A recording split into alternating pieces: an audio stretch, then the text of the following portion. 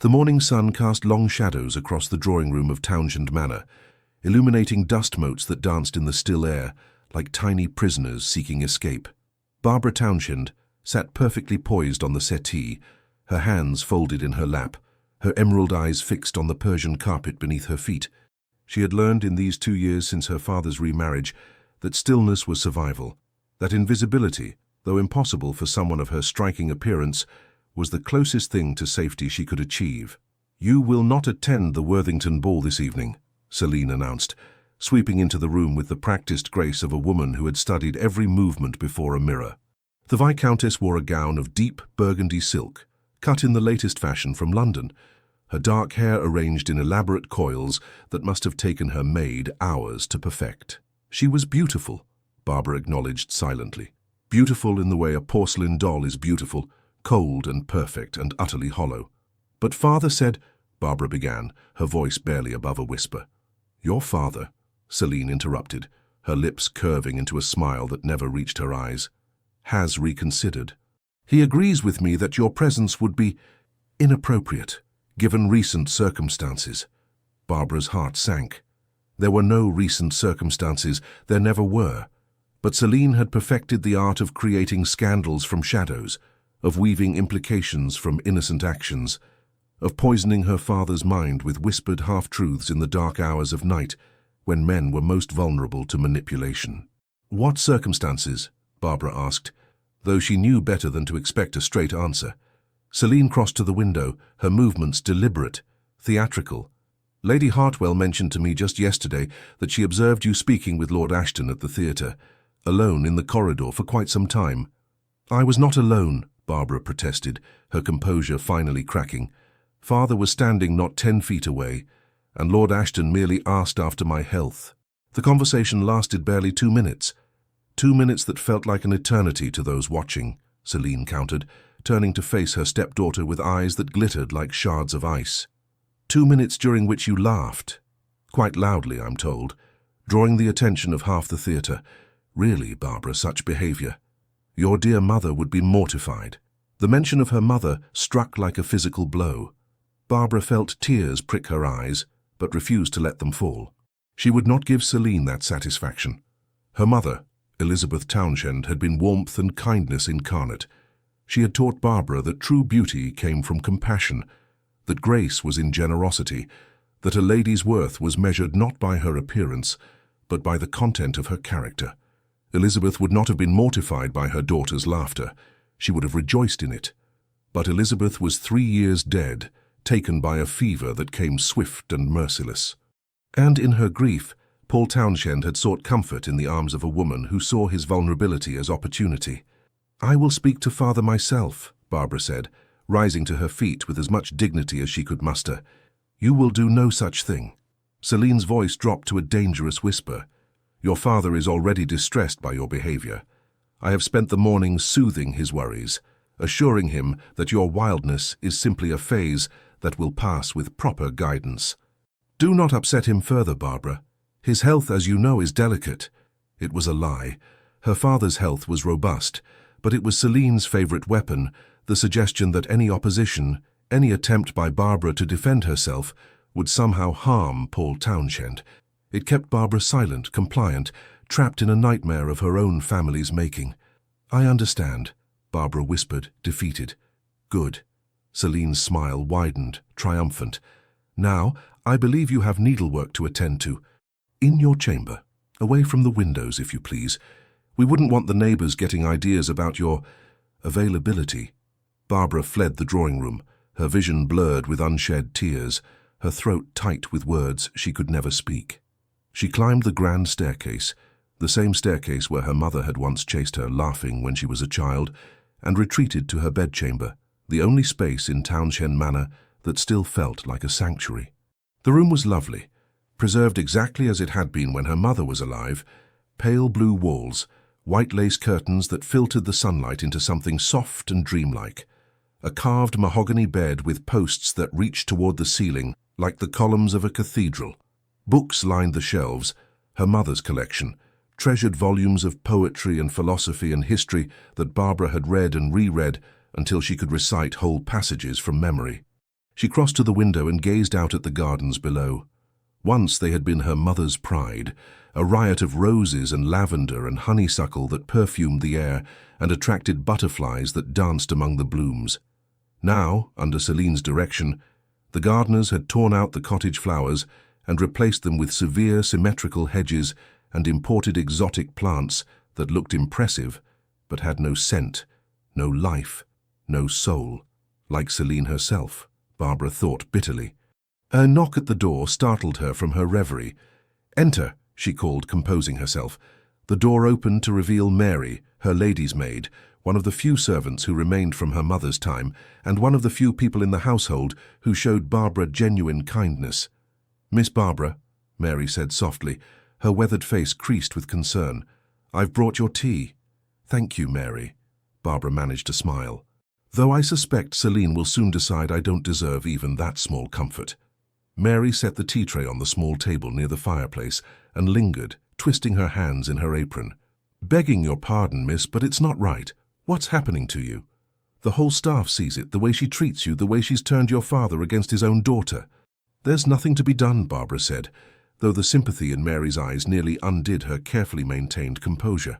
"Father loves her. He believes everything she tells him." "Love?" Mary scoffed. "That woman doesn't know the meaning of the word. What she feels for your father is possession, nothing more, and what she feels for you—" She broke off, shaking her head. "Is jealousy," Barbara finished quietly. "I know, Mary. I've always known." It had started almost immediately after the wedding. At first, Barbara had tried to befriend her stepmother, had genuinely hoped that they might find companionship in their shared loss.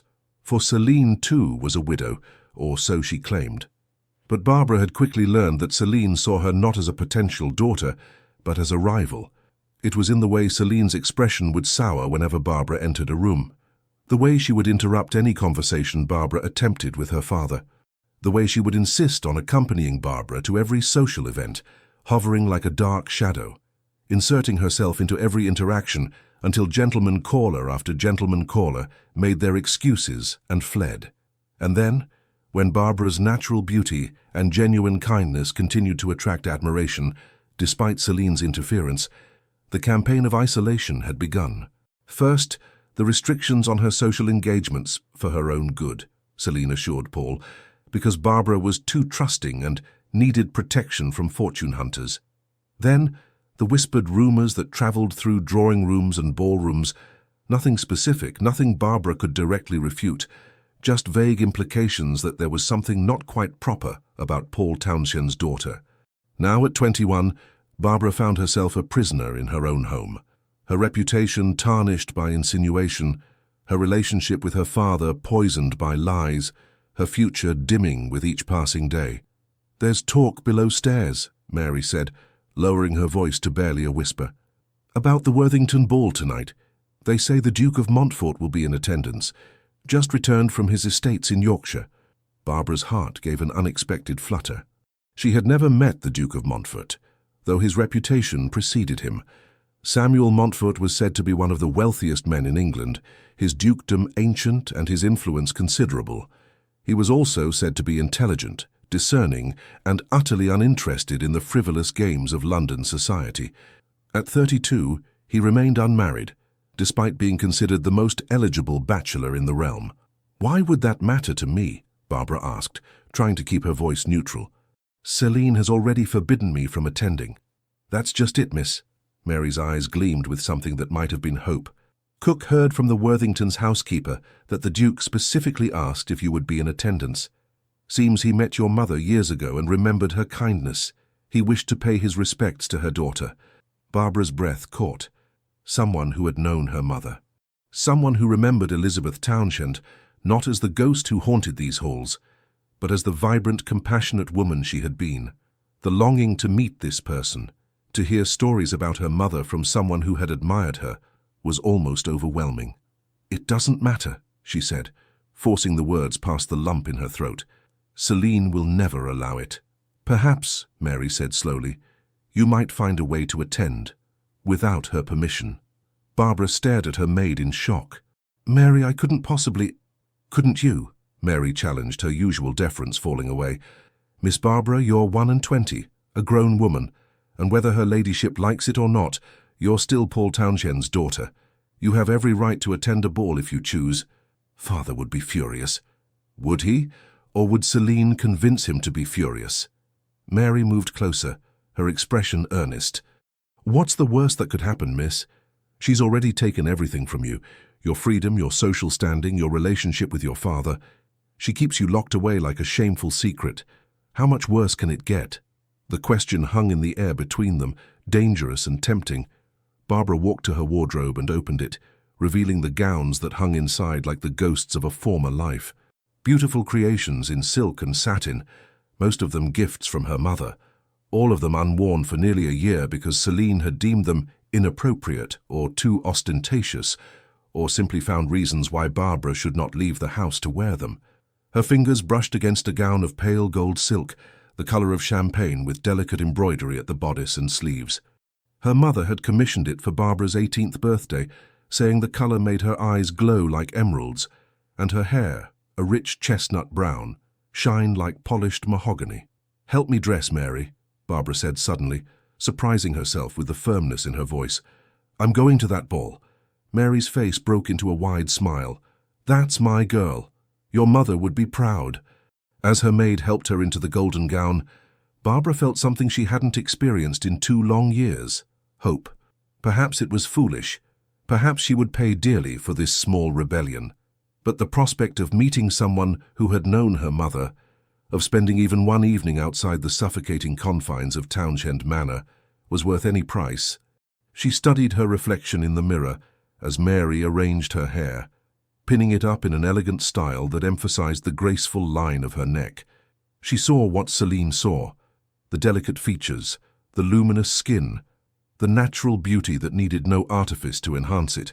But she also saw what her mother had taught her to see, strength in the set of her jaw, intelligence in her eyes, character in every line of her face. "You look beautiful, miss," Mary whispered. "Every inch your mother's daughter." Barbara took a deep breath, squared her shoulders, and made a decision that would change the course of her life. She would go to the Worthington ball, she would meet the Duke of Montfort, and for one evening she would remember what it felt like to be Barbara Townshend. Not Celine's victim, not her father's disappointment, but the woman her mother had raised her to be, the woman she was determined to become again. The journey to Worthington House was accomplished with a mixture of subterfuge and good fortune. Celine and Paul had left for the ball an hour earlier, Celine resplendent in emerald silk that must have cost a small fortune, Paul looking vaguely uncomfortable in his formal attire. Barbara had waited, her heart pounding, until their carriage disappeared down the drive before slipping out through the servants' entrance. Mary had arranged for a modest carriage, paid for with coins Barbara had saved from her small allowance, and now Barbara sat in the darkness, watching the London streets pass by her window, alternating between exhilaration and terror at what she was about to do. Worthington House blazed with light, every window glowing golden against the night sky. Music drifted on the evening air, a waltz, played by what must be a full orchestra. Carriages lined the street, footmen and drivers waiting patiently while inside. The cream of London society danced and laughed and played their eternal games of status and matrimony. Barbara's hands trembled as she descended from her carriage. She had no chaperone, no companion, no protection if Celine discovered her presence. She was entirely alone, armed only with her courage and the memory of her mother's voice, telling her that she deserved happiness, deserved freedom, deserved to live. "Miss?" The Worthington butler greeted her at the door, his expression professionally neutral, though his eyes widened slightly at her unaccompanied state. "May I announce you?" "Miss Barbara Townshend," she said, lifting her chin with a confidence she didn't quite feel. If the butler found anything unusual about Paul Townshend's daughter arriving separately from her father and stepmother, he was too well trained to show it. He led her through the entrance hall and to the top of the grand staircase that swept down into the ballroom. "Miss Barbara Townshend," he announced in a voice that carried over the music. The effect was immediate and dramatic. Conversations faltered, heads turned. The orchestra played on, but half the dancers seemed to lose their rhythm, stumbling slightly as they stared at the young woman standing at the top of the stairs. Barbara descended slowly, acutely aware of every eye upon her. She saw familiar faces, ladies she had once called friends, gentlemen who had once paid her court, matrons who had known her mother. She saw surprise, speculation, and in some faces, genuine pleasure at her unexpected appearance. She also saw Celine. Her stepmother stood near the refreshment table, a glass of champagne frozen halfway to her lips. Her face transformed into a mask of such pure rage that Barbara nearly turned and fled. Beside her, Paul Townshend looked merely confused, his brow furrowed as he tried to make sense of his daughter's presence. But before Celine could move, before the moment could shatter, a man stepped forward from the crowd. He was tall, easily over 6 feet, with broad shoulders that his evening coat emphasized rather than concealed. His hair was dark, nearly black, and his eyes, as they met Barbara's, were a startling shade of blue that seemed to see directly through her carefully maintained composure to the frightened woman beneath. His features were strong, aristocratic, handsome in a way that suggested character rather than mere symmetry. "Miss Townshend," he said, his voice deep and warm, as he reached the bottom of the staircase and offered his hand. "I am Samuel Montfort. I had hoped for the honor of meeting you this evening. Might I have the pleasure of this dance?" Barbara's breath caught. The Duke of Montfort, here now, offering her his hand, and whether he knew it or not, his protection from Celine's wrath. She placed her hand in his, feeling the strength in his fingers as they closed around hers. "The honor would be mine, Your Grace," she managed to say, and allowed him to lead her onto the dance floor. As the music swelled and Samuel Montfort's arm came around her waist, Barbara caught a glimpse of Celine's face in the crowd. Her stepmother looked as though she had swallowed poison. And in that moment, as the Duke swept her into the waltz with practiced grace, Barbara couldn't help but smile. For the first time in 2 years, she felt like herself again. Samuel Montfort was not a man easily impressed. At 32, he had spent over a decade navigating the treacherous waters of London society, fending off ambitious mothers and their calculating daughters, distinguishing genuine character from practiced performance, and developing a reputation for being able to see through deception with unnerving accuracy. It was a skill born of necessity.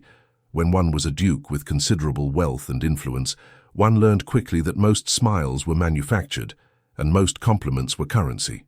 But as he held Barbara Townshend in his arms, gliding across the Worthington ballroom in 3/4 time, Samuel found himself genuinely captivated. Not by her beauty, though she was undeniably lovely. The golden gown brought out the warmth in her skin, and her chestnut hair caught the candlelight in ways that made it seem to glow from within. No, what held his attention was something far more compelling, the contradiction between the grace with which she moved and the shadow of fear that flickered in her remarkable green eyes. "You dance beautifully, Miss Townshend," he observed, noting how she followed his lead effortlessly, as though they had partnered 100 times before. "Thank you, Your Grace. My mother insisted I have the finest instruction." A small smile touched her lips at the memory, but it faded quickly, replaced by a wariness that seemed at odds with the social setting. "Your mother was Lady Elizabeth Thornton before her marriage, was she not?" Samuel guided her through a turn, using the movement to position them away from the watchful eyes he'd noticed tracking their every move, particularly those of the Viscountess in emerald silk, whose expression could have curdled milk. Barbara's eyes widened with surprise and something that looked like relief. "You knew her?" "Briefly but memorably. I was all of 20, fresh from Cambridge, and thoroughly convinced of my own importance.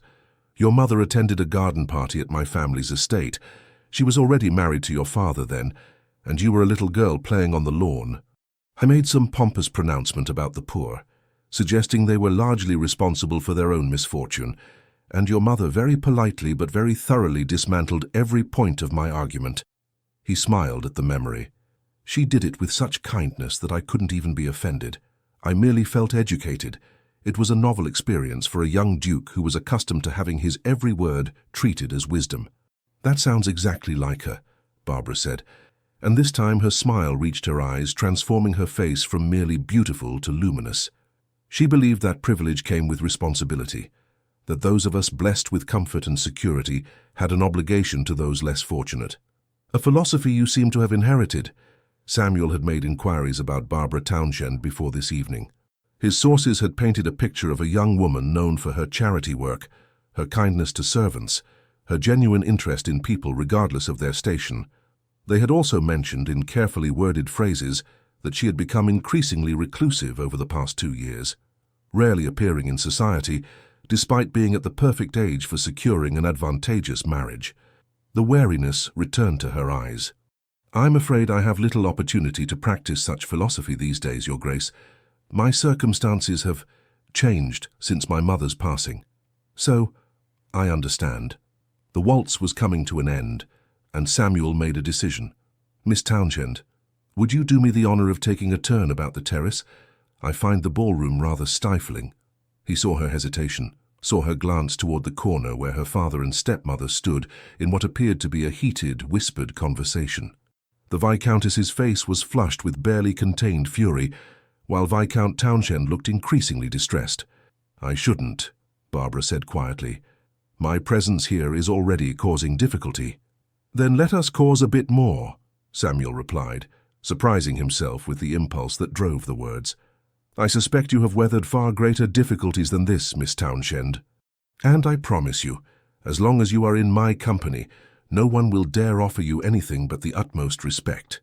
Something shifted in her expression, a spark of defiance that he suspected was the true Barbara Townshend, the woman who existed beneath the layers of caution and suppression. "Very well, Your Grace, though I warn you, you may find yourself at the center of a scandal simply by association with me." "I have weathered scandals before," Samuel said lightly, offering his arm. "I believe I shall survive this one." They moved through the crowd toward the terrace doors, and Samuel was acutely aware of the whispers that followed in their wake. The Duke of Montfort, showing marked attention to Barbara Townshend, the Viscount's mysterious daughter who had virtually disappeared from society. It would be the talk of every drawing room in London by tomorrow afternoon. Good, Samuel thought with satisfaction. Let them talk. The terrace was blessedly cool after the heat of the ballroom, the night air carrying the scent of roses from the gardens below. Other couples strolled in the lamplight, maintaining proper distances, engaging in the ritualized flirtation that characterized courtship among their class. Samuel led Barbara to a corner partially shielded by a potted orange tree, offering a measure of privacy while remaining entirely proper. "Your Grace," Barbara began, her voice low and urgent, "I must thank you for your kindness this evening, but I should not monopolize your time. There are many ladies here who would flutter their eyelashes and compliment my title and bore me to tears within 5 minutes," Samuel interrupted. "I did not ask you to dance out of pity, Miss Townshend, nor am I keeping your company out of obligation. I am here because I find you far more interesting than anyone else in that ballroom." She stared at him, clearly unsure how to respond. In the lamplight he could see the exhaustion that her careful grooming couldn't quite conceal, the faint shadows beneath her eyes, the tension in her shoulders, the way her hands clasped together as though she were holding herself upright by sheer will. "Tell me," Samuel said gently, "what has happened to Paul Townshend's daughter in the 2 years since London last saw her? I remember you from your come-out season. You were much sought after, beautiful, accomplished, and genuinely kind. A rare combination, yet you vanished as surely as if you had been spirited away to a convent." Barbara's composure, so carefully maintained, began to crack. "I cannot discuss, that is, it would be inappropriate to speak of family matters with someone I've only just met. Perhaps. Or perhaps you've been taught to believe that your suffering should remain silent, that asking for help is shameful, that enduring cruelty is noble." He paused, choosing his words carefully. "I may not know you well, Miss Townshend, but I know the woman who raised you. Lady Elizabeth would never have wanted her daughter to suffer in silence." A tear escaped down Barbara's cheek before she could stop it. She turned away quickly, her hand rising to dash it away, but Samuel had already seen it, and the wall of reserve finally crumbled. "She hates me," Barbara whispered, the words tumbling out as though a dam had broken. "My stepmother. She hates me because men look at me, because people remember my mother fondly and compare us, because I exist and she wishes I did not." "Celine Townshend," Samuel said, the name tasting bitter on his tongue. He had made a point of observing the Viscountess this evening.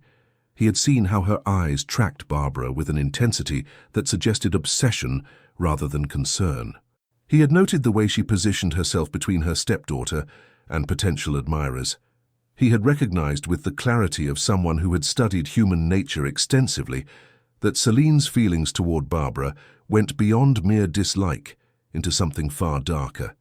"She has convinced my father that I am wild, improper, a source of shame to the family," Barbara continued, her words coming faster now, as though she feared if she stopped, she would never find the courage to speak again. "She manipulates every situation to make me appear in the worst possible light. If I speak to a gentleman, I am flirting shamelessly. If I smile at a servant, I am being inappropriately familiar. If I express any opinion, I am being willful and disobedient. And your father believes these accusations. He believes everything she tells him." The pain in Barbara's voice was palpable. "He loved my mother desperately. When she died, something broke in him. He was drowning in grief, and Celine presented herself as salvation. She was attentive, sympathetic, seemingly devoted to easing his pain. By the time he realized, if he has realized, that her devotion is to his title and wealth rather than to him, it was too late. He had already married her. And you were left to bear the consequences of his mistake." Barbara met his eyes, and in her gaze Samuel saw not just pain, but steel, a core of strength that had been tested and had not broken. "I should not be telling you this. You must think me terribly improper, speaking so frankly about family matters to a stranger." "I think you brave," Samuel corrected, "and I think you have borne far more than any young woman should have to endure alone." He paused, considering his next words carefully. What he was about to say went beyond the bounds of propriety, beyond the careful social dance that governed interactions between unmarried men and women of their station. But propriety had failed Barbara Townshend. Convention had imprisoned her. Perhaps what she needed was someone willing to break the rules on her behalf. "Miss Townshend," he said, his voice firm with decision, "I would like to call upon you. Properly, formally, with your father's permission and your stepmother's knowledge. I would like to court you if you are amenable." Barbara's mouth fell open in shock. "Your Grace, I cannot possibly. That is, you don't know me. We've only just met. And Celine would never—" "Celine Townshend does not dictate my choices," Samuel said, his tone hardening, "nor should she dictate yours. As for knowing you, I know enough. I know you are Elizabeth Thornton's daughter, raised with kindness and intelligence. I know you have survived 2 years of systematic cruelty without losing your compassion. I've heard how you treat the servants, how you continue charitable works whenever you are permitted. I know you are brave enough to defy your stepmother's orders to attend this ball, which suggests a spirit that refuses to be completely crushed. That is enough for me to wish to know more." "But why?" Barbara's voice was barely a whisper. "I have no fortune of my own. My mother's money went to my father, and Celine controls the household accounts. My reputation has been damaged by rumor and isolation. I bring you nothing but complications and a stepmother who will despise you for paying me attention." Samuel smiled, a genuine expression of warmth that transformed his typically serious features. "I am a duke, Miss Townshend. I am the wealthiest man in 3 counties. I have more influence than I know what to do with, and a title that goes back 6 generations. What I don't have, and what I have searched for these past 10 years, is someone real.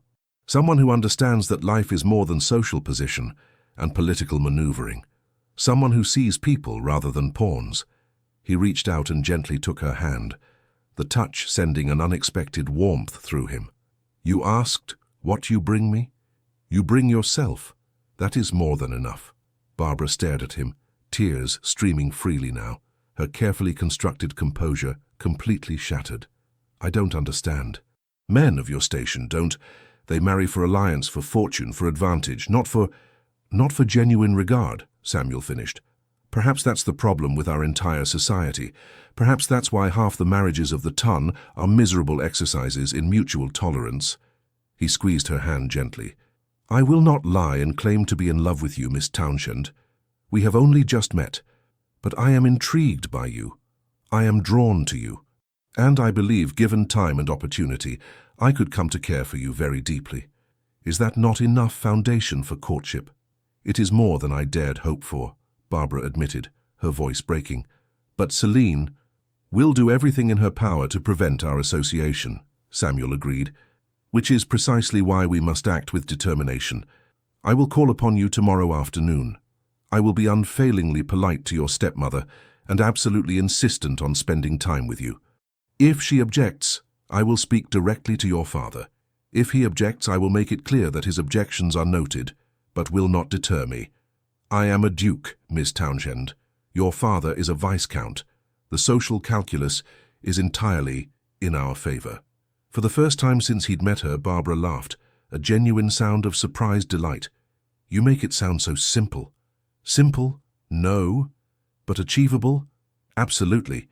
Samuel smiled at her, feeling something unfamiliar and rather wonderful stirring in his chest. Hope, perhaps, or the beginning of something that might one day become love. "Now, let us return to the ballroom before your stepmother has an apoplectic fit, and let us make certain that everyone in London society knows that the Duke of Montfort has chosen to pay particular attention to Miss Barbara Townshend." They walked back into the ballroom together, and Samuel immediately led her into another dance. This time a country dance that required they separate and rejoin, allowing him to observe her interaction with other partners. He watched as she smiled politely at Lord Carrington, saw how she navigated the steps with innate grace, noted how other gentlemen's eyes followed her movements with admiration tinged with curiosity. He also watched Celine Townshend. The Viscountess stood rigid near the wall, her champagne glass gripped so tightly Samuel was surprised it didn't shatter. Her eyes tracked Barbara with an intensity that was almost predatory, and when the dance brought Samuel and Barbara back together, Celine's expression hardened into something that looked very much like hatred. Good, Samuel thought grimly. Let her hate. Let her rage. It changes nothing. The evening progressed, and Samuel made a point of introducing Barbara to his friends. Lord Henley, whose wife was known for her charity work, and the Marquis of Dartmoor, whose sharp wit and sharper observations made him one of Samuel's most trusted confidants. Both men and their wives were gracious to Barbara, and Samuel saw her begin to relax, to laugh more freely, to emerge from the shadow of fear that had cloaked her when she first entered the ballroom. It was nearly midnight when Viscount Townshend finally worked up the courage, or was pushed by his wife, to approach. Samuel saw him coming and positioned himself directly beside Barbara, a silent statement of allegiance. "Barbara," Townshend said, his voice strained, his face flushed with wine and discomfort. "Your stepmother tells me you arrived this evening without permission. This is highly irregular." "Father," Barbara replied, her voice steady though Samuel could feel her trembling beside him, "I received an invitation. As I am 21 and unmarried, it seemed appropriate to accept." "Without a chaperone? Without informing us of your intentions?" Townshend's eyes darted to Samuel, clearly uncertain how to proceed in the presence of a duke. "Your daughter has been in my company for the majority of the evening," Samuel interjected smoothly. "I assure you, Townshend, her reputation has been quite safe. Indeed, I intend to call upon her tomorrow to properly request your permission to court her." The effect of these words was extraordinary. Townshend's mouth worked soundlessly, his eyes bulging slightly. Behind him, Celine had gone white as death, her carefully applied rouge standing out against her suddenly pallid skin like wounds. "Your Grace," Townshend stammered, "this is most unexpected. I had no idea you were considering. That is, Barbara has not mentioned—" "We only met this evening," Samuel said pleasantly, "but I am not a man who requires extensive contemplation when I recognize quality. Your daughter is accomplished, intelligent, and possesses a character that does credit to her mother's memory. I should be honored if you would permit me to know her better." Townshend looked helplessly at his wife, clearly awaiting instruction. Celine's face had transformed from white to mottled red, her jaw clenched so tightly Samuel could see the muscle jumping beneath her skin. But even Celine Townshend was not foolish enough to openly object to a duke's attentions. "Of course, Your Grace," Celine said through gritted teeth that tried to simulate a smile. "We would be honored by your interest in our dear Barbara." Our dear Barbara. The possessive phrase made Samuel's skin crawl. Barbara was not theirs. She was being held hostage by them. "Excellent," Samuel said. "Then I shall call at 3 o'clock tomorrow afternoon. Miss Townshend, would you be available at that time?" "I shall make certain she is," Celine answered, before Barbara could speak, her eyes promising retribution even as her voice dripped false honey. Samuel ignored her, keeping his attention fixed on Barbara. "Miss Townshend?" Barbara lifted her chin, and Samuel saw the woman she might become if freed from Celine's influence. Strong, confident, magnificent. "I shall look forward to it, Your Grace." The evening ended shortly after, with Barbara departing in her modest hired carriage before her father and stepmother could insist she return with them. Samuel watched her leave, then deliberately made the rounds of the ballroom once more, ensuring he mentioned to Lady Hartwell, Mrs. Pennington and the Duchess of Somerset, the three greatest gossips in London, that he was quite taken with Miss Townshend and intended to pursue courtship. By tomorrow evening, all of London would know, and that knowledge would be Barbara's protection. As Samuel's own carriage carried him home through the dark streets, he reflected on the evening's events. He had come to the Worthington ball with mild curiosity and a vague intention to pay respects to his old acquaintance's daughter. He was leaving with something far more significant, a purpose. Samuel Montfort had spent 12 years as a duke, learning to manage estates, navigate politics, and fulfill the obligations of his rank, but he had never felt truly needed. His tenants needed his management, yes, and Parliament needed his vote, but no one had needed him. Samuel, the man beneath the title, Barbara Townshend, needed him. Not his title, not his wealth, not his influence, though all those things would help. She needed someone to see her, to stand beside her, to tell her that she was worth fighting for. And Samuel discovered, rather to his surprise, that he needed her as well. He needed her honesty in a world of deception. He needed her kindness in a society that prized cleverness over compassion. He needed her courage, the courage of someone who continued to be good despite every reason to become bitter. Tomorrow he would begin the campaign to win not just her hand, but her heart, and to free her from the gilded cage that trapped her. Celine Townshend would fight him every step of the way. Samuel was certain of that, but the Viscountess had made a critical error. She had assumed that her cruelty to Barbara would remain hidden, that the walls of Townshend Manor would keep her secret safe. She had not counted on Samuel Montfort, and she had not counted on the fact that a duke who had finally found something worth fighting for was a formidable adversary indeed. The morning after the Worthington ball dawned grey and cold, with rain threatening from clouds that hung low over London like a sodden blanket. Barbara woke to the sound of raised voices, her father's rumbling bass, and Celine's higher, sharper tones cutting through the walls of her bedchamber like knives. She had expected this, had known even as she danced in Samuel Montfort's arms that there would be consequences for her defiance. But the memory of the evening, the kindness in the Duke's eyes, the warmth of his hand holding hers, the revolutionary promise that she might be worth fighting for, gave her strength she hadn't known she possessed. Mary entered without knocking, her face pale with worry. "Miss Barbara, her ladyship is in a terrible state. She's been ranting since dawn. Your father tried to calm her, but she's inconsolable." "What is she saying?" Barbara asked, though she could guess. "That you've humiliated the family, that you manipulated the Duke into paying attention to you, that you're trying to ruin her standing in society." Mary moved to the wardrobe, pulling out a morning dress of soft grey muslin. "She's also saying, begging your pardon, miss, that the Duke's interest cannot possibly be genuine, that you must have used inappropriate behaviour to capture his attention." Barbara felt heat rise in her cheeks, not from shame but from anger. Of course, Celine would twist the situation into something sordid.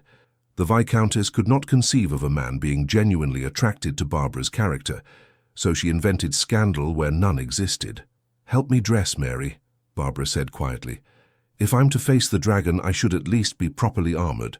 20 minutes later, dressed and coiffed with as much dignity as her trembling hands would allow, Barbara descended the stairs to the morning room where breakfast was customarily served.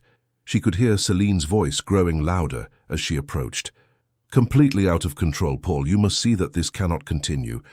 The girl is willful disobedient, and now she's attempting to trap a duke into marriage through the most obvious schemes." "Now, my dear," Paul Townshend's voice was placating, weary. The Duke approached Barbara, not the other way around. "Lord Dartmoor himself told me that Montfort was quite taken with her. Surely that's a good thing, a duke, Celine. Our daughter could be a duchess." "She is not your daughter," Celine hissed, and Barbara froze outside the door, her hand on the handle, her heart suddenly pounding so hard she thought it might burst from her chest. "She is the spawn of that sanctimonious woman who had you wrapped around her finger. Elizabeth's precious daughter, who everyone compares me to. Elizabeth's perfect angel, who makes me look like the villain simply by existing." There was a long silence. Then Paul's voice, colder than Barbara had heard it in years. "You will not speak of Elizabeth in that manner." "Or what?" Celine's laugh was brittle, edged with hysteria. "You'll defend her memory. You'll take your daughter's side against me. We both know you won't, Paul. You need me. You need what I give you, the social connections, the respectability, the appearance of a proper household. Without me, you're just a second-rate viscount with dwindling funds, and a too beautiful daughter who reminds you every day of the wife you lost." "Celine, no." The Viscountess's voice dropped to something dangerous. "Let us speak plainly for once. You know as well as I do that Barbara has become a problem. She's too lovely, too accomplished, too much like Elizabeth. People look at her and see what I am not. Gentlemen flock to her and barely notice me. Even the servants prefer her to me. I've seen how they look at her with sympathy, as though I'm the cruel stepmother in some fairy tale." "Perhaps," Paul said slowly, and Barbara's heart broke at the pain in his voice. "Because you have been cruel to her. I've tried not to see it, Celine. I've told myself that your discipline was for Barbara's own good, that your restrictions were reasonable. But last night when I saw her in that ballroom, truly saw her for the first time in 2 years, I realized what I've done, what I've let you do." Barbara's breath caught. Could it be possible? Was her father finally seeing the truth? "What you've let me do," Celine's voice rose to a shriek, "I have saved this family from scandal. That girl was running wild, attracting every fortune hunter in London with her looks and her false sweetness. I have protected her, protected you, protected all of us from her recklessness. By locking her away? By spreading rumors about her own daughter? By turning me against my own child?" Paul's voice shook. "Last night, the Duchess of Somerset asked me why I had hidden Barbara away like a shameful secret. She said the entire ton had wondered what terrible thing Barbara had done to deserve such treatment. And I had no answer, Celine. Because the truth is, she has done nothing. Nothing but remind you that beauty and goodness are gifts, not achievements, and that no amount of expensive gowns or strategic manipulation can manufacture what she possesses naturally." "How dare you?" Something crashed, a teacup perhaps, thrown against a wall. "I will not be spoken to this way. I am your wife. I am the Viscountess Townshend. And Barbara is my daughter," Paul roared, and Barbara heard what sounded like a fist striking the table. "My daughter Celine, Elizabeth's daughter. The child I have betrayed and abandoned because I was too weak to see what you were doing. But I see it now, and it ends today. Barbara should have announced her presence then, should have entered the room. But she remained frozen, barely breathing, as her father finally stood up for her. "You're making a mistake," Celine said, her voice turning cold and calculated. "If you side with her, if you allow this courtship with Montfort to proceed, you will regret it. I have friends, Paul. Influential friends. And I have information about your finances, about certain indiscretions from your past that could make life very difficult for you." "Are you threatening me?" Paul's voice was deadly quiet. "I'm reminding you of reality. You think Montfort's interest will protect Barbara? He's a duke. He could have any woman in England. What makes you think his fascination with your common daughter will last beyond a few weeks? Men like him don't marry girls like her. They amuse themselves and move on, and when he does, Barbara will be ruined. Not just isolated as she is now, but truly ruined. No decent man will want her, and you will have me to thank for preventing that fate." "Or," Paul countered, "Montfort is genuine in his interest. Barbara becomes a duchess, and you lose your hold over this household entirely. Which is what truly terrifies you, isn't it? Not that Barbara will be hurt, but that she'll be happy. That she'll succeed despite your efforts to destroy her." Barbara heard footsteps, Celine pacing, most likely, trying to regain control of the conversation. When the Viscountess spoke again, her voice had changed, become softer, more seductive. It was the voice Barbara had heard her use on Paul countless times, the voice that transformed her from harpy to siren. "Paul, my darling, you're upset. Understandably so. It was a difficult evening for all of us. But surely you know I only want what's best for this family. For you." The sound of rustling fabric, of Celine moving closer to him. "I love you. Everything I do is out of love for you. Can't you see that? Don't." Paul's voice was firm. Don't try to manipulate me, Celine, not now. Not when I finally see clearly. You see what you want to see. All pretense of sweetness vanished from Celine's voice. Fine. Allow the courtship. Let Montfort dance attendance on your precious daughter. But mark my words, Paul, I will not make it easy for them. If Barbara wants the Duke, she'll have to earn him, and I'll be watching every moment, waiting for her to make a mistake. One slip, one impropriety, one moment that I can twist into scandal, and I will destroy any chance she has at happiness. This I swear to you. Barbara had heard enough. She pushed open the door and stepped into the morning room, her head high, her hands steady, despite the turmoil in her heart. Both her father and Celine turned to stare at her. Paul looked haggard, older than his 45 years, his face lined with guilt and regret. Celine looked like a cornered animal, beautiful still, but with something feral in her eyes that made Barbara's blood run cold. "Good morning, father," Barbara said calmly. "Celine." She deliberately did not use the title stepmother, a small defiance that made Celine's eyes narrow dangerously. "Barbara." Paul stepped forward, his hands reaching for her, then falling helplessly to his sides. "My dear child, I don't know what to say. I've been—" His voice broke. "I've been a terrible father to you." "You've been a grieving husband," Barbara said gently, though her throat was tight with emotion. "You missed Mother. I understand that, father. I miss her too. Every day. That doesn't excuse—" Paul shook his head. "I should have protected you.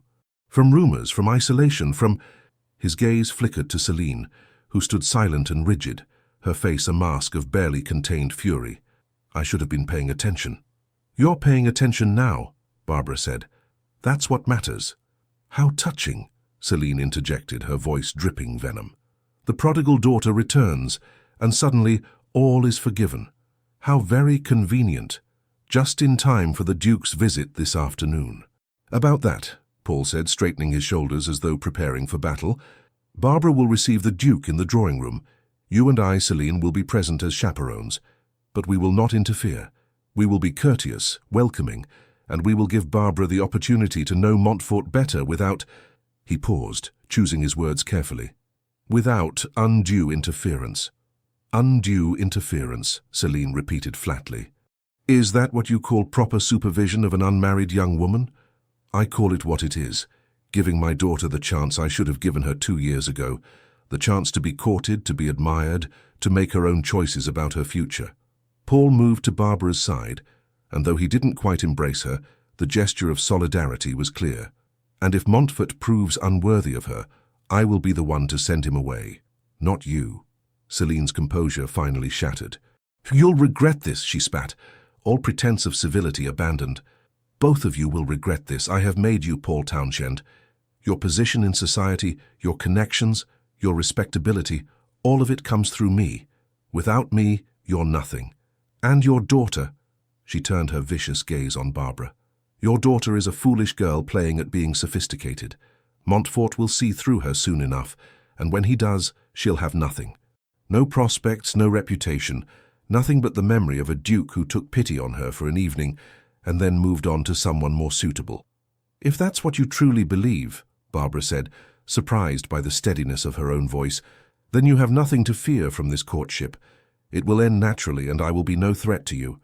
"But you don't believe that," Celine hissed, stepping closer. "You think he actually cares about you.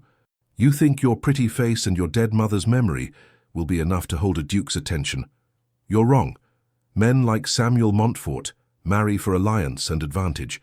They don't marry the penniless daughters of minor viscounts, no matter how lovely those daughters might be."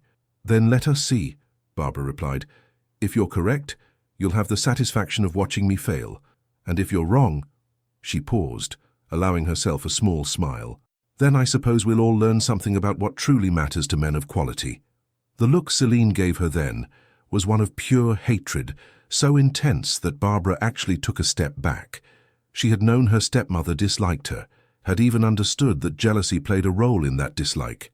But this was something else entirely, a loathing so deep and consuming that it seemed to radiate from Celine like heat from a fire. "This isn't over," Celine said softly, her voice all the more menacing for its quietness. You think you've won because your father has finally grown a spine. You think the Duke's interest protects you, but I have 2 years of practice in making your life miserable, Barbara. 2 years of learning exactly which pressures to apply, which fears to exploit, which weaknesses to target. And now, instead of having to hide my actions, I'll have a legitimate reason to scrutinize your every interaction with Montfort. One mistake, just one, and I will make certain he sees you exactly as I see you, a manipulative child playing games far beyond her understanding. With that, Celine swept from the room, her silk skirts rustling like the warning rattle of a serpent. Barbara's knees went weak, and she sank into the nearest chair. Paul moved to her side immediately, his hand coming to rest awkwardly on her shoulder. "She means it," Barbara whispered. "Every word. She'll do everything in her power to destroy this before it begins." "I know," Paul admitted, his voice heavy with guilt and resignation. She's not the woman I thought I was marrying. Or perhaps she is, and I was too blinded by grief and loneliness to see what was right in front of me." He knelt beside Barbara's chair, taking her hands in his. His palms were sweaty, trembling slightly. "I failed you, Barbara. Failed you and your mother's memory. Can you ever forgive me?" Barbara looked at her father, really looked at him, and saw not the distant, disapproving figure he'd become over the past 2 years, but the man who had once spun her around his study until she was dizzy with laughter, who had taught her to ride, who had read to her every night before bed. Grief had transformed him, had made him vulnerable to Celine's manipulations, but grief had not destroyed him entirely. The man her mother had loved was still there, buried beneath guilt and poor decisions. "I forgive you, Father," she said, squeezing his hands. "But now we must be practical. Celine will do everything she can to sabotage my courtship with the Duke. We need to be prepared." Paul nodded slowly, rising to his feet. "I'll speak to the staff. Make it clear that any reports about you, anything that could be twisted or used against you, should come directly to me, not to Celine. And I'll be present for all of Montfort's visits. I won't let her manufacture scenarios or create scandals where none exist." "Thank you, Father." Barbara stood as well, straightening her dress with hands that were steadier now. "But we should prepare for the possibility that Celine will act outside the household. She mentioned having influential friends." "What did she mean by that?" Paul's expression darkened. "Lady Whitmore, primarily. A widow with more money than sense and a vicious tongue. She and Celine have become close this past year. I suspect Celine has been feeding her gossip, building alliances in case she ever needed them. If Celine wants to spread rumors about you and Montfort, Lady Whitmore would be her primary weapon." "Then we need our own allies," Barbara mused. "The Duke introduced me to Lord and Lady Henley last night, and the Marquess of Dartmoor and his wife. Perhaps you should trust Montfort to handle his own circles," Paul suggested. "He's a duke, Barbara. His social influence far exceeds anything Celine can muster. If he's genuine in his interest, and I believe he is after speaking with several gentlemen who witnessed his attention to you, then he'll be aware of the potential for rumor and will take steps to protect your reputation." It was sound advice, and Barbara nodded. But as she excused herself to prepare for the Duke's afternoon visit, she couldn't shake the image of Celine's face in that final moment. The hatred, yes, but also something else. Determination. The Viscountess had not become the woman she was by accepting defeat gracefully. She had clawed her way from obscure widow to Viscountess Townshend through manipulation and strategic cruelty. She would not surrender her position, her influence, or her control without a fight. And Barbara, despite her brave words and her father's support, knew that she was entering a battle far more dangerous than any ballroom dance. At precisely 3 o'clock, the Duke of Montfort's carriage pulled up before Townshend Manor. Barbara watched from her bedchamber window as Samuel descended, looking every inch the aristocrat in his perfectly tailored coat and pristine cravat. But it was the expression on his face that caught her attention, determined, almost stern, as though he were preparing for combat rather than a social call. Perhaps he was. Mary had dressed Barbara in a gown of soft blue muslin that brought out the green in her eyes, and had arranged her hair in a simple but elegant style that emphasized the graceful line of her neck. "You look beautiful, miss," Mary whispered, "as beautiful as I've ever seen you."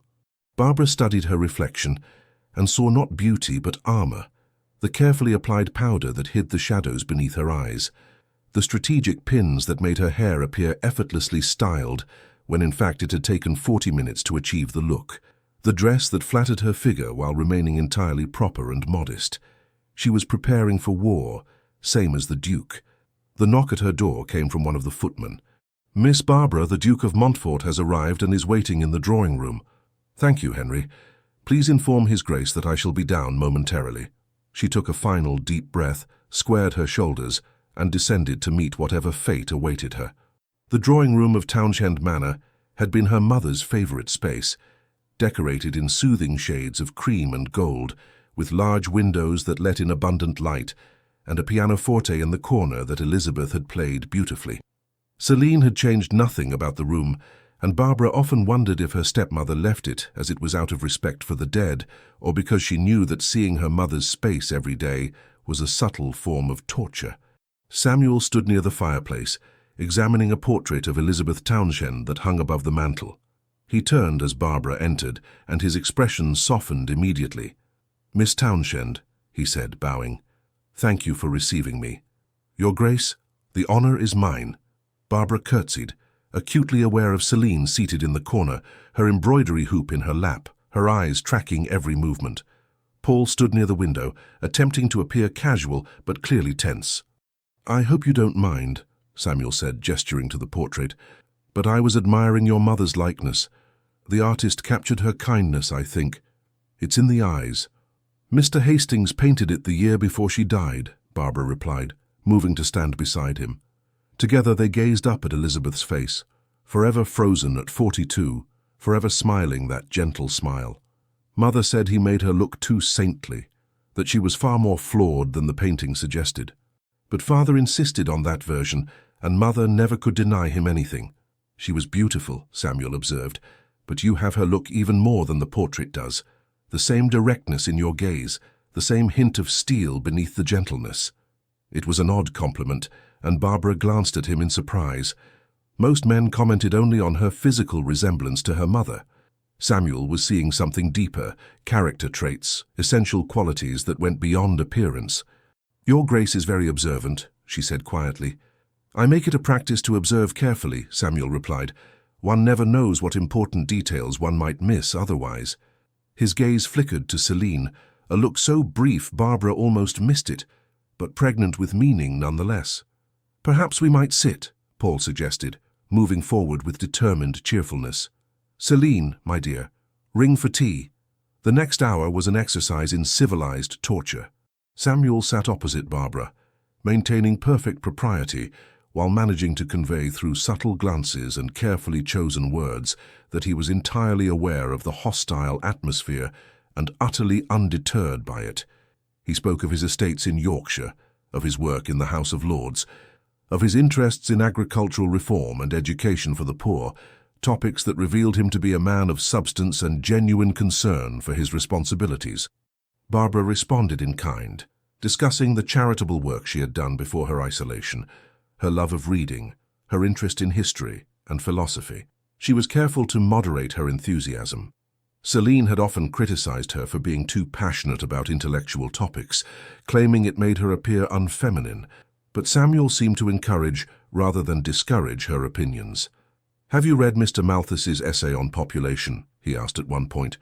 "I have," Barbara replied, "though I found his conclusions rather pessimistic. Surely human ingenuity and compassion can overcome the resource constraints he predicts." "An optimist," Samuel said with a smile. "How refreshing. Most people simply accept Malthus's gloom as inevitable." "Most people," Celine interjected sweetly, "don't presume to have opinions on complex economic matters beyond their understanding. Barbara has always been rather opinionated. I'm sure it comes from reading too many books without proper guidance." The insult was delivered with a smile, wrapped in concern, making it impossible for Barbara to respond without appearing defensive. She felt heat rise in her cheeks and lowered her eyes to her teacup. "On the contrary," Samuel said, his voice cooling noticeably, "I find Miss Townshend's opinions both informed and thoughtful. One might argue that too few women are encouraged to engage with complex topics. Our society would benefit from more females with the courage to form and express educated views." Celine's smile froze on her face, Score one for the Duke, Barbara thought with grim satisfaction. The visit continued in this vein, Samuel asking Barbara substantive questions, Barbara responding with genuine interest and intelligence, and Celine interjecting subtle insults disguised as concern. Each time Samuel deflected or countered with perfect politeness, making it clear without ever being overtly rude that he saw through every word the Viscountess spoke. Finally, as the clock struck 4, Samuel rose to take his leave. "Miss Townshend, I wonder if you might permit me to call again. Perhaps tomorrow. I'm hosting a small gathering at my townhouse, just a few friends and some rather accomplished musicians. I would be honored if you and your family would attend." It was a masterstroke, an invitation to a duke's home witnessed by Paul and Celine, given publicly enough that refusing would be a direct insult. Barbara watched Celine's face transform through several expressions, fury, calculation, forced pleasantness, before settling on a smile so patently false it was almost comedic. "How gracious of you, Your Grace," Celine said. "We would be delighted to attend." "Excellent." Samuel turned to Barbara, taking her hand and bowing over it. His lips barely brushed her glove, but Barbara felt the warmth of the gesture through the fabric. "Until tomorrow, Miss Townshend. I find I am already anticipating our next conversation." After he departed, the room fell into tense silence. Paul looked relieved. Celine looked murderous. And Barbara felt something she had not experienced in 2 long years. Genuine hope that perhaps, just perhaps, her life might be about to change. But she also felt fear. Because Celine's face as she watched the Duke's carriage disappear down the drive promised that the real battle was only beginning. The gathering at Montfort House was unlike anything Barbara had experienced in her isolated years. Samuel's London residence was a masterpiece of Georgian architecture, all clean lines and classical proportions, filled with light from tall windows and decorated with art that spoke of cultivation and taste rather than ostentation. But it was the atmosphere that struck Barbara most forcefully, the genuine warmth with which Samuel greeted his guests, the intellectual curiosity that animated the conversations, the complete absence of the social pretension that characterized most ton gatherings. "Miss Townshend, may I introduce you to my sister, Lady Eleanor Fairfax?" Samuel guided Barbara toward a woman in her late 20s with kind eyes and her brother's same direct gaze. "I've been longing to meet you," Eleanor said warmly, taking both of Barbara's hands in hers. "Samuel has spoken of nothing else since the Worthington ball. You've quite captivated my famously impervious brother." Barbara felt herself blushing. "Lady Eleanor, you're too kind. I'm sure His Grace simply is standing right here and can speak for himself," Samuel interjected with amusement. "And yes, I am quite captivated. I make no attempt to hide it." Over the following weeks, Samuel's courtship of Barbara was methodical, public, and absolutely ruthless in its effectiveness. He called upon her at Townshend Manor 3 times a week, always bringing small gifts, a book he thought she'd enjoy, flowers for her sitting room, sheet music for the pianoforte. He invited her and her family to dinners, concerts, and gallery exhibitions, always ensuring they were seen together by the most influential members of society. More importantly, he talked with her, not at her as so many men did, but with her, asking her opinions, challenging her ideas, treating her intelligence as an asset rather than an oddity. Barbara found herself falling in love not with his title or his wealth or even his handsome face, but with the man who saw her as a complete person rather than merely a beautiful ornament. But with each passing day, Celine's campaign of sabotage intensified. It began with small things. Barbara's finest dresses mysteriously developed tears or stains just before Samuel's visits. Her invitations to events would disappear, only to be found too late to respond. Celine would schedule conflicting engagements and then express loud disappointment when Barbara had to choose between them. Then the rumors began, whispered suggestions that Barbara was too forward with the Duke, implications that her isolation had been due to scandalous behavior, insinuations that she was fortune-hunting, that she had set her cap at Montfort through calculated manipulation. "Lady Whitmore told me the most distressing thing," one matron confided to another in Barbara's hearing at a musicale. "She heard from the Viscountess Townshend herself that Miss Barbara has been quite aggressive in her pursuit of the Duke. Apparently, she even attended the Worthington ball without permission, knowing he would be there." Samuel heard the rumors too, of course. London society was small, and gossip travelled at the speed of malice. But instead of withdrawing, he increased his attentions. He made a point of dancing with Barbara at every ball, of sitting beside her at dinner parties, of praising her publicly and often. "They're saying I'm chasing you," Barbara told him during a rare private moment in the Townshend garden, where Mary stood at a discreet distance as chaperone. "That I'm manipulating you through feminine wiles." "Let them say it," Samuel replied calmly. "Anyone who knows me, truly knows me, understands I am not a man to be manipulated, and those who don't know me don't matter.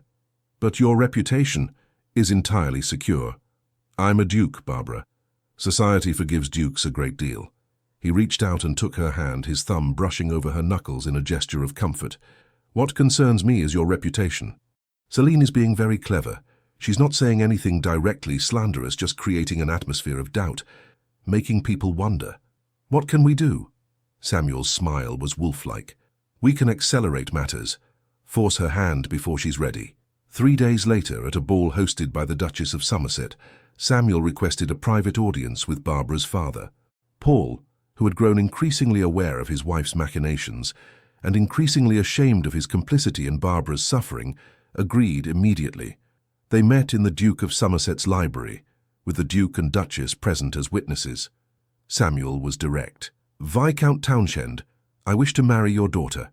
I am asking for your permission to propose to her." Paul's eyes widened. They had been courting for only 6 weeks. "Your Grace, this is rather sudden." "Is it?" Samuel countered. "I'm 32 years old.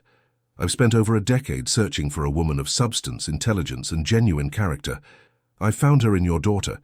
I see no reason to delay simply because society expects a longer courtship.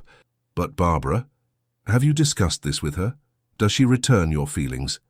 "I believe she does, though I confess I wish to secure your permission before declaring myself fully. But Townshend, let us be honest with each other. Your daughter is not safe in your house. Your wife—" He paused, choosing his words carefully. "Lady Townshend has made it abundantly clear that she views Barbara as a threat to her own position. The sooner Barbara is removed from that environment, the better for everyone." Paul's face flushed with shame. "I know I've failed her, failed to protect her from Celine's jealousy and cruelty. If you can offer her safety and happiness, then you have my blessing. More than that, you have my gratitude." Samuel proposed that very evening, in the Townshend garden beneath a sky full of stars, with Mary once again serving as chaperone and Eleanor Fairfax having mysteriously arrived to lend propriety to the occasion. "Miss Townshend, Barbara," Samuel began, taking both her hands in his, "I am not a man given to flights of romantic fancy, but I am a man who recognizes value when he sees it. You are strong, intelligent, compassionate, and brave. You have endured years of cruelty without becoming cruel yourself. You have been isolated, but have not grown bitter. You are, in short, the finest woman I have ever known. Would you do me the extraordinary honor of becoming my wife?" Barbara's vision blurred with tears, happy tears for the first time in so long. "Yes," she whispered. "Oh yes, Samuel. 1,000 times yes." He slipped a ring onto her finger, an emerald surrounded by diamonds, the stone the exact shade of her eyes. And then, propriety be hanged, he kissed her. It was Barbara's first kiss, and it was everything she had dreamed a kiss could be, tender and passionate, gentle and claiming, full of promise for the future they would build together. When they broke apart, Eleanor was beaming, Mary was crying openly, and Barbara felt as though she might float away with sheer joy. But they all knew the hardest part was yet to come. Telling Celine. The confrontation happened the next morning in the drawing-room of Townshend Manor. Samuel had insisted on being present, and Paul, in a rare display of backbone, had agreed. They faced Celine together, father, daughter, and duke, while the Viscountess stood alone, her face a mask of barely controlled rage. "You cannot be serious," Celine said, her voice dangerously quiet. "You've known each other barely 2 months."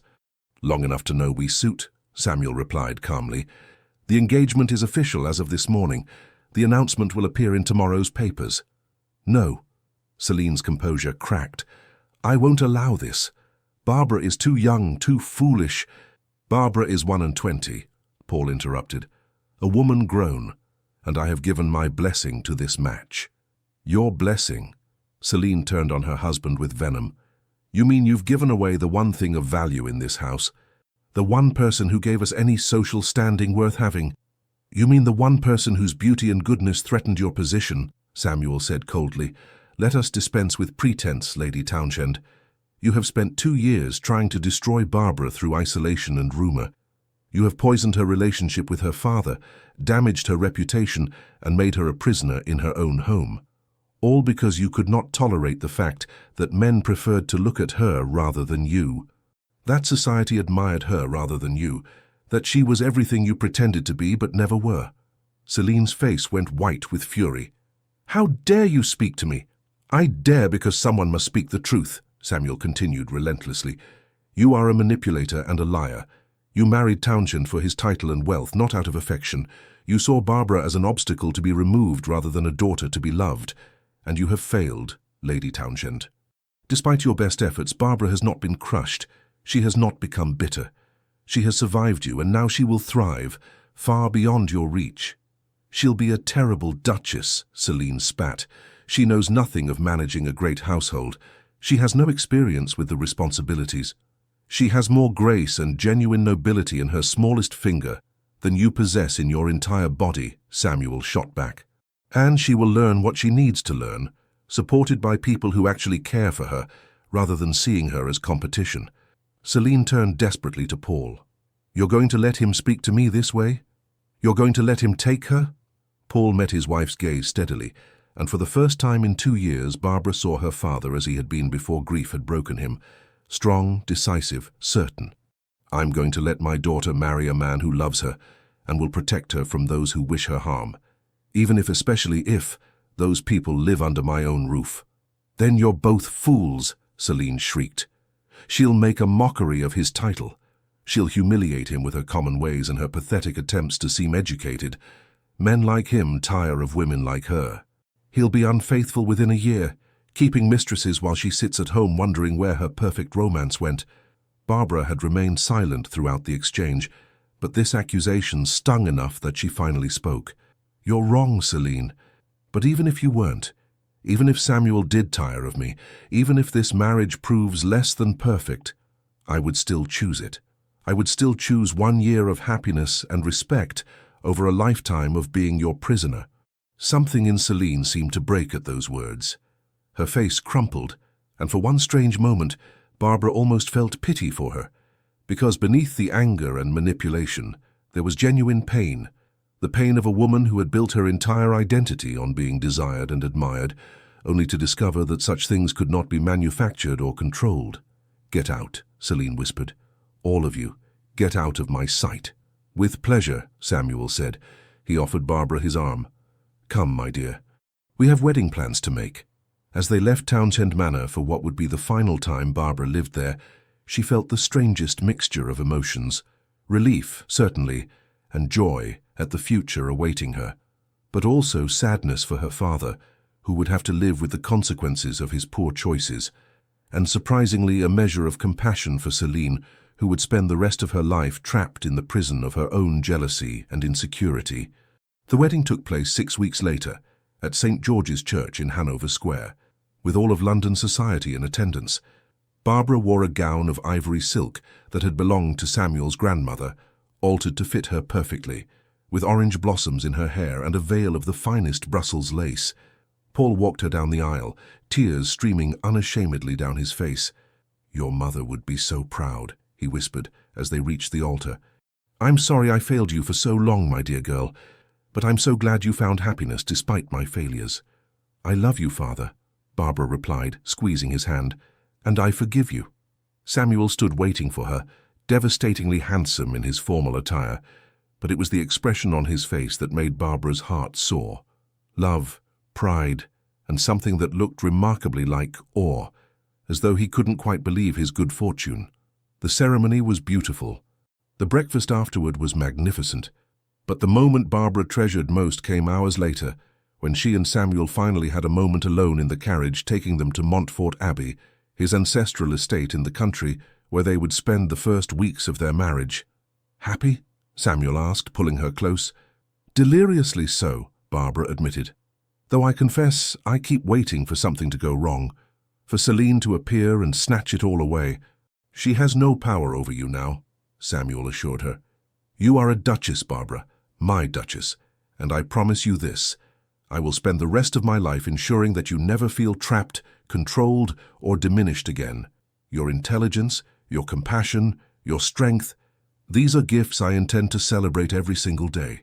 Barbara leaned her head against his shoulder, feeling the last of her fears dissolve. I love you, Samuel. I think I started falling in love with you that first night, when you asked me to dance and saw past my fear to the person beneath. I love you too, Samuel murmured against her hair. My brave, brilliant, beautiful Barbara. As the carriage rolled through the countryside toward their future, Barbara thought about all that had happened, the suffering, the isolation, the battle against Celine's cruelty. She thought about her mother, who had taught her that true strength lay in remaining kind, despite having every reason to become bitter. She thought about her father, who had finally found his courage again, even if too late to prevent all her pain. But mostly, she thought about the man beside her, the Duke who had seen her truly, who had fought for her publicly, who had chosen her not despite her scars, but with full knowledge of them, who had transformed her from prisoner to partner, from victim to victor. What are you thinking? Samuel asked. That Celine was wrong, Barbara replied with a smile. She thought I would be ruined without her approval, that I could never be more than the isolated girl she tried to make me. But she forgot something important. What's that? That I am my mother's daughter. And my mother taught me that we create our own worth, that love is stronger than jealousy, and that genuine goodness will always eventually triumph over calculated cruelty. Barbara lifted her face for a kiss. Celine tried to destroy me. Instead, she only made me stronger, strong enough to recognize real love when it found me. Samuel kissed her then, long and deep, and in that kiss, Barbara felt every promise of the future they would build together, a future of partnership and respect, of children who would be raised with love and security, of work and purpose that would give meaning to her days. She had been trapped in a gilded cage, controlled by a woman who saw her as nothing more than competition, but she had broken free. And in breaking free, she had found not just escape, but genuine happiness. The happiness of being seen, being valued, being loved exactly as she was. The carriage rolled on through the summer twilight, carrying the Duke and Duchess of Montfort toward home, toward life, toward a love that would last long after the last echoes of Celine's jealousy had faded into nothing. 3 years later, the gardens of Montfort Abbey were in full bloom, roses and lavender and honeysuckle, creating a tapestry of colour and scent that reminded Barbara powerfully of her mother's beloved gardens at Townshend Manor. She had recreated them here, with Samuel's enthusiastic support, and now spent hours among the flowers with her daughter, 2-year-old Elizabeth, named for the grandmother she would never meet, but whose legacy lived on in every kind act, every thoughtful word. "Mama!" Little Elizabeth toddled toward her, clutching a slightly crushed daisy. "Pretty, very pretty, darling," Barbara agreed, scooping up her daughter and spinning her around until she shrieked with laughter. Samuel appeared on the terrace, their infant son cradled in his arms. "There are my girls," he called with a smile. "And here is your brother, who has just woken up and is demanding his mother quite insistently." Barbara carried Elizabeth back to the terrace and traded her for the baby. Paul Samuel Montfort, named for both grandfathers, currently making imperious noises that suggested feeding time had arrived. She settled into a chair to nurse him, Elizabeth climbing into Samuel's lap. And for a moment they were simply a family, content in each other's presence. "I had a letter from Father this morning," Barbara said as Paul Samuel nursed contentedly. "He's finally taken the step he's been contemplating. He's filing for separation from Celine." Samuel's eyebrows rose. "After all this time? What prompted it?" Apparently, Celine made the mistake of directing her venom toward someone with more power than she anticipated, the Dowager Duchess of Marlborough. She spread some rumor about the Duchess's granddaughter, and Her Grace responded by cutting Celine entirely from society. Without social standing, Celine's hold over Father finally broke. Barbara's expression turned thoughtful. "He says he plans to retire to the country, away from London and all its memories. He wants to know if he might visit, to meet his grandchildren properly." "What do you want?" Samuel asked. Knowing her history made this a complicated question. Barbara looked at her children, her daughter playing with her father's watch fob, her son nursing peacefully, both of them the very picture of security and love. I want him to know them, she decided. He made terrible mistakes, but he was also my mother's great love, and in the end he tried to make amends. That has to count for something. Then he's welcome here, Samuel said firmly, with one condition. Celine is never to set foot on Montfort property. Not now, not ever. Agreed, Barbara said with feeling. They had heard little of Celine since the wedding. Cut off from the social connections she had cultivated so carefully, facing separation from a husband who finally saw her clearly, the former Viscountess had retreated to a small estate Paul had provided. More than she deserved, Barbara thought, but enough to keep her housed and fed. Gossip suggested Celine spent her days in bitter isolation, seeing no one, mourning the life and status she had lost through her own cruelty. Barbara felt no satisfaction in her stepmother's downfall, but neither did she feel guilt. Celine had made her choices. She had chosen jealousy over compassion, cruelty over kindness, control over love, and those choices had consequences. "Do you ever think about what your life would have been like if we hadn't met?" Samuel asked, watching her with that penetrating gaze that still made her heart flutter. "Sometimes," Barbara admitted. "I think I would have survived. I'm my mother's daughter, after all. But I wouldn't have thrived, I wouldn't have this."